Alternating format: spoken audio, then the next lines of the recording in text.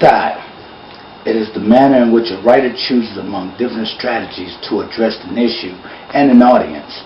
A style reveals the writer's personality or voice, but it also shows how she or he sees the audience of writing. The writing style reveals the choices the writer makes in tactical structure, diction, figures of thought. Similar questions of style exist in the choices of expressive possibilities in speech. For the purpose of this video, I will address two elements of style that I believe will help a writer strengthen his or her voice. In my opinion, I agree with my mentor Stephen King about passive and active verbs. The difference between the two is that the passive writer uses a passive verb to show something being done to the subject in a sentence, and the use of an active verb shows the subject doing something. It may seem like no big deal, but I believe the readers can detect the passive writer. How? Because it comes out timid. It reads as if the writer is scared to say what he or she wants to and believes that it's safer for him. Example: the party will be starting at 8. That's a passive sentence. An active sentence would be, the party starts at 8. Do you agree with the active sentence is straightforward? It says to the reader that the writer has no doubts about what he wants to say. The party is in charge, whereas the passive sentence says that the writer may seem unsure of his meaning and remove the subject. Writing has its place, but passive writing is weak. You can find it in business documents and bad prose. This kind of writing, for me, can be a torture. For example, my first day with my girl will always be remembered by me as to how our beautiful relationship begun. That's very passive.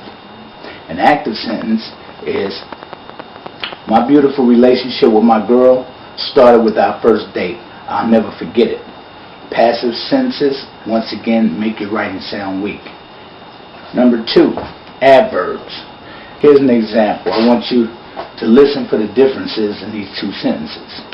He closed the door, number 1. And number 2, he closed the door firmly.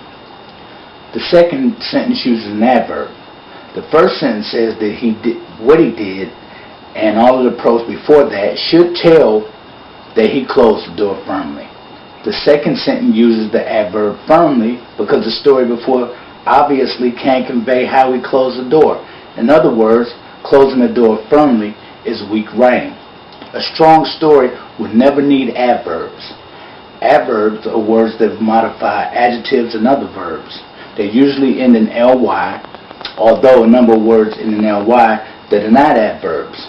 What do I have against them? My job with Gold Grizzly is to make your writing stronger and publish-worthy.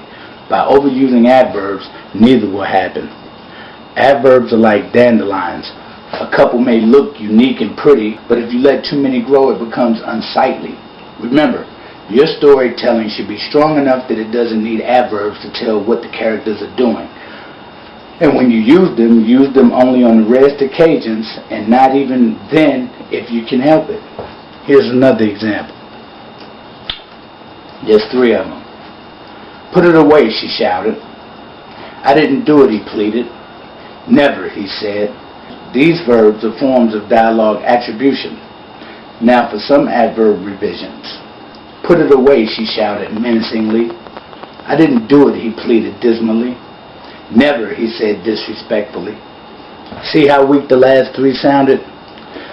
It is best to use he said, she said, Tom said, Lisa said, and the story will direct the meaning of the dialogue. Adverbs are not your friend. I hope this helped, and thank you for watching.